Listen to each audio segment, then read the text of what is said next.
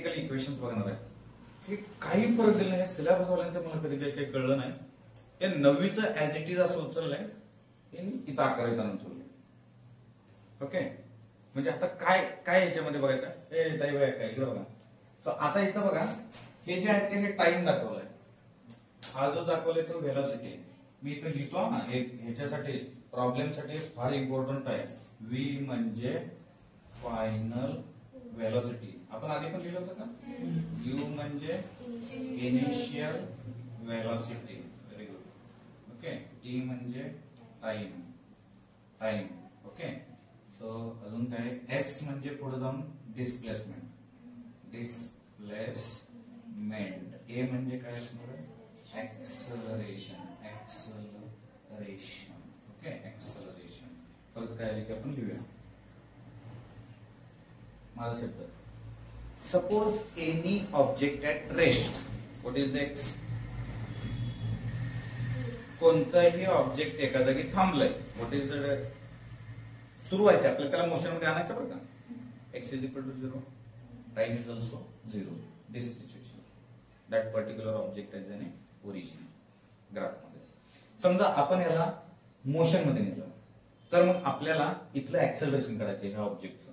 तर इथं बघा हे जे आहे ते हे एवढं जे अंतर आहे ना ते इनिशियल व्हेलॉसिटी. काय? Initial velocity. हे जे आहे ते फायनल व्हेलॉसिटी. ठीक आहे, फायनल व्हेलॉसिटी. इथून इतकी किती अंतर आहे? इथून इथे किती अंतर आहे? माझा क्वेश्चन परत. इथून इतकं यू आहे, हे इथून इथं व्ही आहे, तर हे एवढं किती? Very good. V minus you. एवढं काय आलं? V minus you. मला ऍक्सेलरेशन काढायचं आहे. ऍक्सेलरेशन फाइंड करायचं आहे. चलो ठीक आहे, ऍक्सेलरेशन काढायचं आहे. डेफिनेशन काय ऍक्सेलरेशनची? Change in velocity upon time. Change in म्हणजे फायनल किती आहे? व्ही. इनिशियल किती आहे? यू. सर सुरुवातीचा टाइम किती आहे? टी. फायनल टाइम किती आहे? टी. टी मायनस 0 म्हणजे A equal to V minus U upon T. टीला इकडं पाठवू काय झालं? एटी बरोबर व्ही मायनस यू. मग इथल्या यू ला इकडं पाठवलं म्हणजे व्ही बरोबर यू प्लस एटी. आपण याला बघितलंय का? ओके, हे काय? हे पहिलं कायनेमॅटिकल इक्वेशन. हे फार इम्पॉर्टंट आहे बरं. हे लक्ष नीट द्यायचं. ह्याच्यामध्ये ना अँग्युलर वाला फिरवायचं आपल्याला. हे फक्त स्ट्रेट लाईन वाला आहे. जर त्या पार्टिकल आपण असं गोल फिरवलं तर त्यांचे पण कायनेमॅटिकल इक्वेशन्स आपल्याला बघायचे पुढे जाऊन. ओके, सो पुढं हे झालं रिलेटेड टू व्हेलॉसिटीच्या. ओके, हे पहिलं कायनेमॅटिकल इक्वेशन आलं. समजा मला डिस्प्लेसमेंट काढायचं. डिस्प्लेसमेंट म्हणजे काय? हे इथला सगळा एरिया काढायचा. हा एरिया काढायचा. ओके, तर हा कम्प्लीट एरिया काढायचा म्हणजे डिस्प्लेसमेंट काढायचं. तर किंवा टोटल व्हॅल्यू काढायची आपल्याला. टोटल एरिया फाइंड करायचा आहे. तर तो कसा काढायचा? Suppose I find here displacement, then area of हे जे कम्प्लीट आहे कुठलं? O P Q R S O. हे असं त्याचं काढावं लागेल ना. मग ह्याच्यामध्ये जर बघितलं तर एक रेक्टँगल आहे आणि एक ट्रायंगल आहे. काय? Area of triangle. शॉर्टकट लिहितो मी. एरिया ऑफ ट्रायंगल काय रे? पी कोणाचं? P R Q plus area of square आहे ना रेक्टँगल. एरिया ऑफ रेक्टँगल मी असं लिहू का? P R S O. हे मग यांचा एरिया काढायचा मला. आता मला सांगा जनरली एरिया ऑफ ट्रायंगल काय असतं? 1/2 बेस काय? P R into base into height R Q किंवा क्यू आर प्लस हे काय असतं? लेंथ इंटू ब्रेड्थ असतं ना. ओके, मग लेंथ किती आहे आपल्याकडं? P R into R S. Okay, well and good. So therefore S is equal to 1/2. P R किती आहे? पी आर टी इतका आहे. पी आर ची डिस्टन्स किती आहे? टी. आर क्यू किती आहे? आर क्यू यू आहे प्लस पी आर किती आहे? टी. आर एस किती आहे? आर एस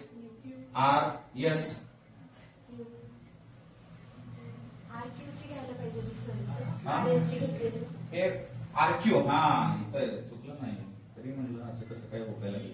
ओके, आरक्यूचं काय आपला आरक्यूचं व्ही मायनस यू आहे ना, व्ही मायनस यू प्लस आता इथे किती पीआरचं टी आणि हे किती आहे यू. Okay, into you.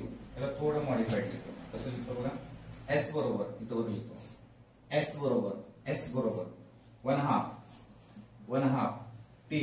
हे बघा ना, व्ही मायनस यू काय 80, हे इथनं घेतलंय reference by V minus U 80 plus UT लिहितो.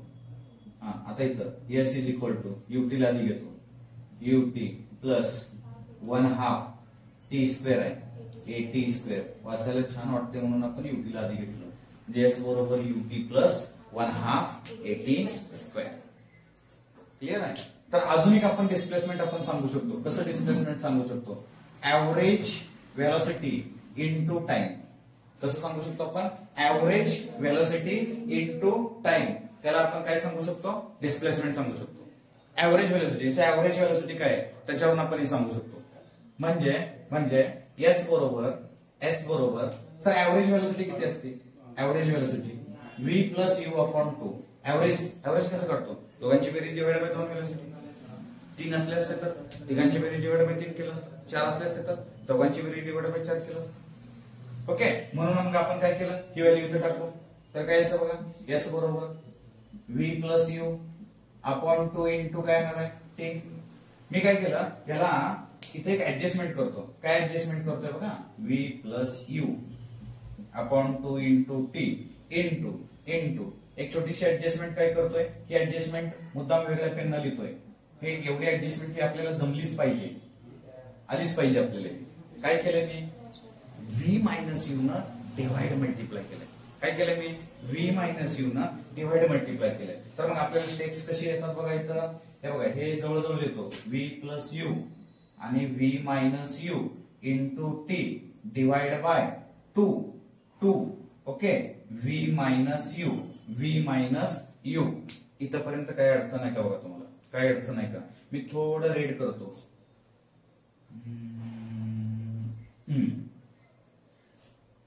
हे बघा इथं याला असं टिंब करतो.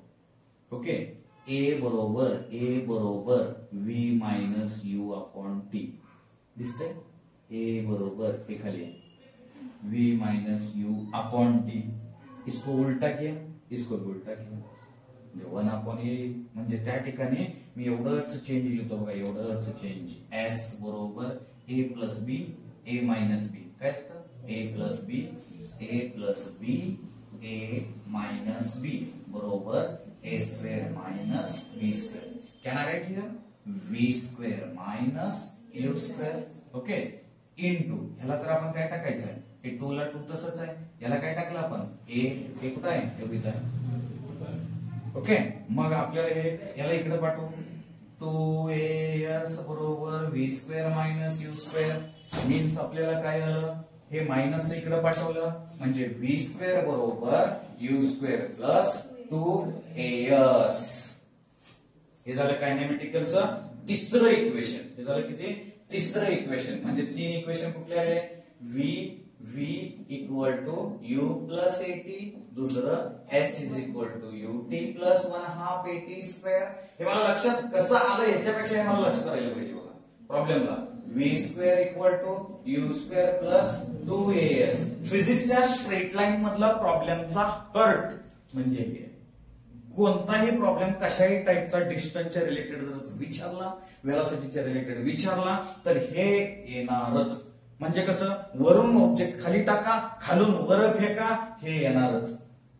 व्हेलॉसिटी मध्ये कमी जास्त करा, डिस्प्लेसमेंट मध्ये कमी जास्त करा, हे मॅक्सिमम येणारच. म्हणून याला कुठल्याही क्वेश्चन मध्ये पुढे भरपूर टॉपिक मध्ये आपण याला युज केलेलं आहे. म्हणून हे 3 कायनेमॅटिकल इक्वेशन्स हे फार इम्पॉर्टंट आहेत आणि जिथं जिथं लक्षात ठेवावं लागेल तिथं मी डिपेंड केलेलं आहे. सो इथं तुम्हाला ह्या गोष्टी तुम्हाला काय करावं लागतील, लक्षातच ठेवाव्या लागतील. याचा रेफरन्स आपण कुठं दिलाय, या ठिकाणी दिलाय. लक्षात येते का, कुणाचं कुठं दिलंय, काय दिलंय, हे व्यवस्थित लिहून काढायचं. राईट.